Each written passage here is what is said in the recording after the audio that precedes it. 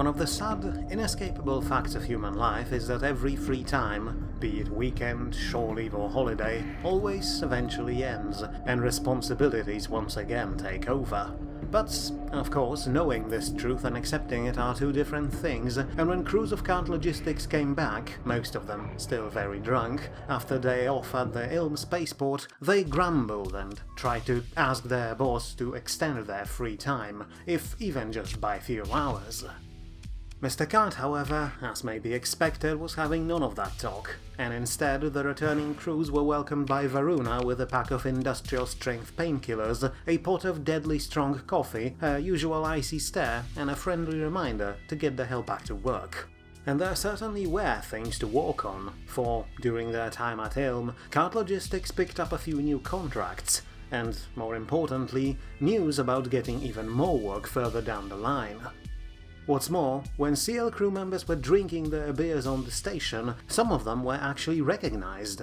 Not people themselves, but the company they worked for. It looked as if the company started to gain a certain reputation, although, it had to be said openly, mostly amongst the less honorable members of interstellar society. Still, these people got jobs and Cart Logistics was willing to perform them, hopefully earning some more lasting contacts in the process. Now, the jobs weren't anything spectacular. A delivery here, a more shady delivery there, and a lot of outright smuggling in between, but it meant that the company could do exactly what they were good at, and earn a decent pay for it. Especially since Mr. Cart's signature jammer truly worked wonders at hiding their fleet from any prying eyes, be it pirates or patrols. Of course, it didn't mean that these jobs were simple. After all, nothing in Persean Sector ever was. Without heavy firepower to keep the raiders at bay, CL ships had to rely on stealth to keep out of trouble. And that meant they had to be constantly kept in the best possible condition, which was rather difficult considering what these ships were. And what they were was, of course, junk. All of the ships were older than pretty much everyone else in the fleet, with temporary setback taking the crown as it was built before the collapse, so over 206 years ago. Additionally, during their history, all those ships were wrecked or disabled at least once, and then painstakingly repaired by whoever recovered them, drifting through the eternal night. Some subsystems were repurposed and rebuilt so many times by now that no one really knew how they worked, and because not much knowledge survived from the old domain times, the only option was to try to keep everything working as best as possible, or to figure out some jury-rig, which, over the years, would turn those ships into something completely different than they were when they left the dry dock. It was a constant battle of maintenance versus entropy, and like everywhere else in the sector, and in the universe in general, entropy was slowly but surely winning. Still, by now, Cart Logistic crews knew their ships pretty well, and could do most of the maintenance without fear of detonating something by accident. As a result, during the next few quiet weeks, they were left with a decent bit of free time, and one day Zala decided to enjoy this peace by throwing a little party for her fellow officers. Mr. Cart refused invitation outright, of course, but the rest, some reluctantly and some eagerly, agreed to it. Come in, ignore the graffiti on the walls. I sometimes let my crew let out a bit of their artistic flair here, the former sister said as a shuttle docked at her ship and other commanders entered her bridge. Aurora won't be joining us. Someone has to stay vigilant and keep an eye on the crews, and she drew the short straw, but then again she called her ship I Wish I Stayed Home, so I guess it tells us enough about her, she added with a grim smile. We all have duties, Varuna said, and everyone immediately rolled their eyes at it. She stepped back. But I suppose it's not a bad idea to get to know each other, especially since it looks like we'll be working together for a while. Well then, I'm up for some personal friendly talk, Zala said with a malicious smile, and pointed the guests to their seats. A rather terrifying amount of drinks was prepared on the table. And since you're the highest-ranking one of us, Princess, how about you start and tell us about yourself? Varuna sighed but didn't walk away. Instead, she downed some booze in one gulp and coughed as it burned away her taste buds. Fine, if only to get you to piss off already, she said and poured herself another drink. It's not really a very interesting story. I'm from one of the hive cities on Chikamostak, and I got press-ganged into Hegemony Navy when I was a teenager. You know how it is, you either have connections or you're rounded up by high hegemons recruiters and they tell you what you'll do for the rest of your life. Some of my childhood friends ended up in factories, but the officers put me in the Navy. Spent 5 years doing grunt maintenance work, then someone decided I was good enough at following orders and punching people that they made me a commander of onboard Marines. Spent another 5 years doing raids, but then I left. Well, I was forced to leave. You gave some Admiral your usual icy glare, House said with a smile. No, there was a conflict of opinions. Which is to say, I dared to have said opinions while not yet being in the rank of a captain. Hegemony really doesn't like it when their junior staff tries to think, so they booted me off very quickly. And then I just did whatever I had to do to make ends meet, and during one of those jobs I met Mr. Cart, and we started working together. Now that is a story I need to hear, Zala said. How did he even find you if he never leaves his quarters? Was he different back then? I really shouldn't say things about the boss without his approval. Oh, come on, you owe us at least that. There's already all kinds of crazy rumors going on about him. And hey, we won't tell your boyfriend you spilled the beans. Fine. But first, I told you already there's nothing going on between us, except for the fact that we've known each other for years now. Second, he didn't find me. It was the other way around. I was working as a taxi service in Arcadia. Simple one-woman job, just me, a shuttle, and some clients moving within the system. Easy money. Except one day, some 15 years ago, I was doing some parcel delivery when I picked up a distress beacon. Couldn't detect any pirates around, so I went to investigate and found a big cargo hauler. Or what was left of it, it was drifting, and most of the parts were completely torn to shreds. But there was a small escape pod still functioning, and in it was Mr. Cart, battered to all hell from the attack. So I dragged him back to my shuttle, patched him up, and, well, he was grateful enough that he started working with me. Wait, so he worked for you at the start? What changed? Zala asked. He has more business sense, and he's far better at piloting than I am. If I was left in charge, we'd just fly that shuttle around forever, but with Mr. Cart in command, we got ourselves a small fleet within a year, so I eventually just decided to let him call the shots. And here I thought you were being too prideful, what with your biological modifications. Shows what I know. Can't judge a book by the cover, as they used to say. But now, what really boggles my mind is how someone so chill and reasonable like you joined a cult, Zala, Varuna replied. How does anyone join a cult? Former Pather said solemnly. I was young, poor, and angry, and someone had to be responsible for my misery. The path neatly points the finger at everything around and says this heretical thing or this heretical person is responsible for your sad life, and then it tells you that your suffering somehow makes you noble and better than everyone else. To those who want gratification, it promises eternal reward in the afterlife. For those who feel responsible, it offers a vision of a better world in the future. And yeah, there are some who genuinely believe it, but for most, especially those who raid trade convoys and kill civilians in terror attacks, it's nothing more than a convenient excuse to do whatever the hell they want. At least pirates are not sanctimonious about their reasons. I don't know, miss. House raised a glass towards her. My old captain used to be very good at explaining how us robbing someone blind would create a better world. Shame I had to shoot him one day, though. Is that why you left the pirate life, House? Zala asked.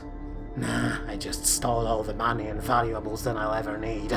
This thing now, it's just retirement adventure, something to pass the time instead of sitting in a nursing home somewhere. Everyone in the room just stared at the messed up pirate coldly. Even Herr Ludwig didn't buy that story. Alright, fine. House relented after a second round of eye-rolling. The truth is, I need some money to take care of Mrs. and the young ones, and, preferably, it would be good if earning that money didn't get me killed. Everyone kept staring, but this time not with contempt. Wait, you're shitting me? You have a family house? I mean, a woman I can understand, people have weird kinks after all but kids. Aren't you, well, half a robot by now? Yeah, funny. Lucky for me, the important bits are still me. Anyways, turns out having a family is an expensive business if you don't want them to just live in some shitty hive slum. I bet, but don't get me wrong, wouldn't you earn more creds by remaining a pirate? Or do you pretend like you never were one? Nah, I'm honest with my family. They know what I was and where the money for their cottage came from. Don't ask where it is, that's classifying for everyone's safety. And as for money, maybe I'd earn more raiding, sure. Or maybe I'd get shot by a patrol on some other drunken pirate and die in the void. So I walked out. My boss wasn't happy about it, so I had to shoot him. Then I started looking for normal jobs, ones where probability of violent death isn't that high. Picked up some hobbies to have something to do back home. Granted, can't do much carpentry with that robot hand, but I can fish with the best of them, especially if I have grenades on me. The idea of house fishing got everyone smiling. Somehow, the very thought that this half-metallic creature that used to raid and pillage across the stars was now trying to act like a responsible father was quite heartwarming, even though everyone suspected House's old life might catch up to him at any time. And what about you, Corporal Man? What do you do in your spare time?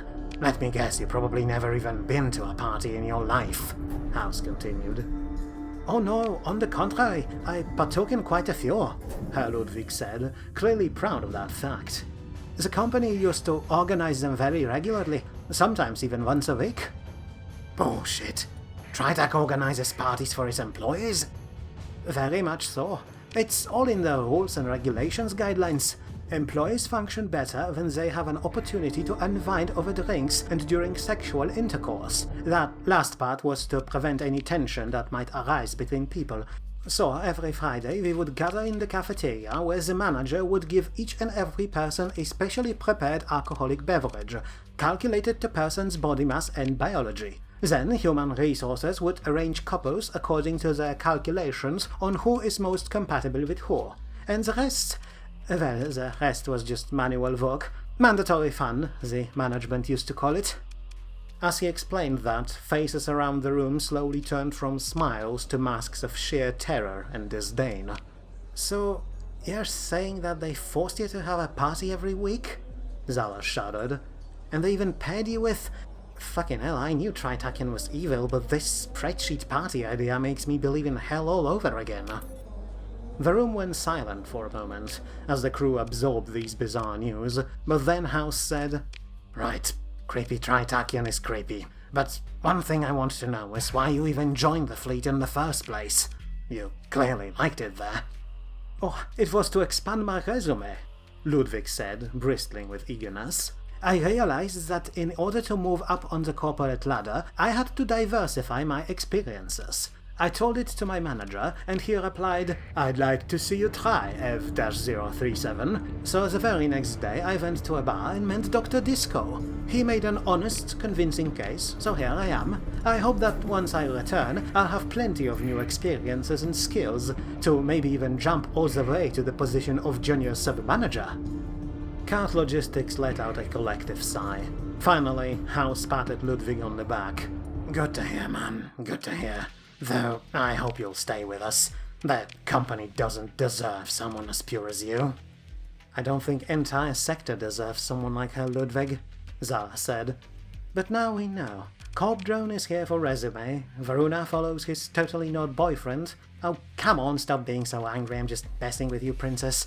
Anyways, Aurora is just trying to earn money to rebuild her company, and me and House are trying to leave our previous lives behind. But you know who that leaves? Come on, don't bother the boss, Varuna said, but it was already too late, and Zala already flicked the comm switch. Oi, Chief, I feel like this isn't personal enough, so I guess I might just ask. Why are you here? I mean, what makes you run this company of yours?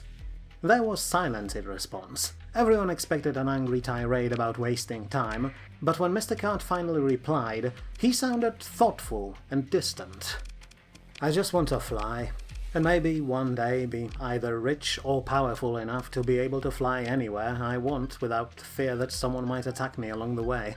You see, Varuna isn't the only one who had to blindly follow orders when she was younger, and unlike me, she had a right to voice her concerns or leave if she didn't want to obey. I had no such luxury. The mood in the room turned cold immediately, as everyone stared at each other in silence. Technically, slavery was outlawed everywhere, and not even pirate warlords accepted it. But you always heard rumors and stories spun by people who claimed to be runaway slaves. They were, each and every one of them, bone-chilling. I got lucky though, Mr. Cart continued, unaware of the sudden mood shift. My superiors must have messed with something above their pay grade, because one day I woke up and they were just gone. The place was completely ruined and I suddenly found myself free to do whatever I wanted. So I actually stayed around for a week or so. I was sure this was some kind of sick loyalty test or some other mind game, but no, they were gone. And the only thing that was barely walking there was an old ship. So I took it, almost crashed twice when trying to figure out how to operate it, and left. Been flying ever since. And up here, well, there are no chains here. Only so much space that just waits to be seen. Damn, sorry to hear it, Chief, Zana said after a while. Do you know who these people were? Maybe we could pay them a visit one day. Sadly, I never had a chance to ask their names and occupations, but I don't care. They're probably dead or gone to ground years ago, so no point trying to dig them out. I didn't leave their operation to drag it with me in my mind all the time. But I'm talking too much, and it's probably spoiling your party. Get back to your drinks, people. I'll be here, calibrating the nav computer. And with that, he disconnected himself from the general comm, and the party slowly drifted to its logical end, which meant that the very next day, most officers in the fleet suffered from a rather extensive hangover. Fortunately, those who attended were given a chance to rest, because they weren't really needed over the coming days. Despite the fact that some of the contracts Cart Logistics took on were indeed illegal, they were still relatively simple jobs, and over the next few weeks the company travelled all around the core sectors, ferrying goods and passengers, while making deals and new friends, mostly amongst outlaw smugglers. Finally though, Mr. Cart gave the order to go to Ankira system. After all, he had in his possession a databank which belonged to the Academy there, and there was bound to be some kind of reward for returning it. Or so everyone hoped. The trip was thankfully uneventful, save for the usual pastime of hiding from patrols and raiders, and after a few days, everyone gathered near sensor consoles to witness the Academy with their own eyes. It was unremarkable. A hulking station the size of a city slowly orbited a massive gas giant stuck between it and its asteroid belt. From outside, one could almost mistake it for some regular mining station, and, aside from some emblems painted on its sides, nothing indicated that this place was home to the best and brightest mind of the entire sector. Mr. Cart believed it was meant to look that way, and that the real wonders were on the inside. There certainly had to be something there to keep all the aspiring pirates at bay, especially since, at least on paper, Galatian Academy was neutral, and so had no protection of any actual navy, save for a few contracted crews that patrolled the space around it. And there certainly was some impressive tech inside, because as soon as Cart Logistics picked up the station, it picked them right back, despite their signature jammer. Few seconds later, a comm channel opened up, and a voice came out of it without any interference, as if the speaker was standing right next to his listeners. Hello there, Cart Logistics, the voice said. There was some commotion in the background, and a sound of a lot of people talking, or, to be more precise, arguing. Academician Alex speaking. Sorry for the trouble, but if you had an appointment with anyone on the inside, it unfortunately had to be cancelled. We're dealing with a bit of a problem here, and by orders of the Provost, the Academy is in full lockdown. There was a lot to unpack in this message, but Mr. Cart tried his best to take it from the top. Greetings, Academician. How do you even know who you are? We never been around here. Oh, that. Sorry, it's just, well, your encryption keys are might outdated, see? Your transponder may be off, and I don't mind, by the way, but there are still some emissions we can pick up with our dishes. The Provost doesn't like uninvited or unexpected guests. Understood. Well, then in that case I think I may have something to maybe win the Provost over to us. We found a databank, which is marked as property of the Academy. In fact, it belongs to Provost Calico himself. Oh dear, that's a bit unexpected, sir. Alex sounded both confused and apologetic.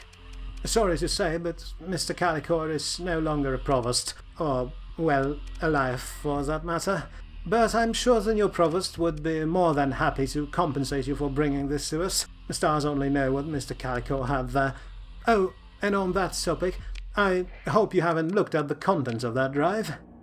I did not, Mr. Katz said, truthfully. Not for the lack of trying, though. He spent several long nights desperately trying to break the encryption on this bloody thing, and nothing worked. So, can we dock now to deliver it? Yes, well, about that. No, you can't. As I said, the Academy is in full lockdown. We had a bit of a containment breach in the quantum labs. Very problematic stuff. Can't really let anyone in or out until we secure everything. Understood. Out of curiosity, though, what exactly are you trying to secure? We do not know. That is the joy of quantum science. Well, I won't bore you with details, but the professor in charge of the lab will have to figure out how to find something that can't actually be found. Very exciting stuff, really. Wish I could help them instead of being here on comm duty. But you could just, I don't know, send out a cargo drone? We won't be able to give it back to you right away, but as soon as the situation is contained, you'll be welcome to come back for it. And I can send you payment right away. I hope this thing can't attach itself to a tight beam. Sorry, don't mind me. Do we have a deal? Yes, Mr. Katz said, weakly. Before they arrived, he wondered why Varuna wasn't too eager to talk to those people, and now he started to understand why. Whatever was going on inside the place was clearly way above his pay grade. Sending a drone right now. When should we come back for it? In a week, or two, or a month. Hard to say, really, but if you're around, feel free to send a message and ask, assuming the universe will still exist, which it certainly will. Don't worry, don't listen to me. Seeing the drone now, sending payment, hopefully it's enough. More than enough, Mr. Katz said, smiling under his helmet. Pleasure doing business with you, Academician. Yes, pleasure. Now though, if you don't mind, I see here that you have a fleet with you, and pardon me for assuming things. It looks like you went through some rough times. Would you happen to be a mercenary? Categorically not, sir. We're a logistics company, peaceful and operating under auspices of the law. We even pay taxes.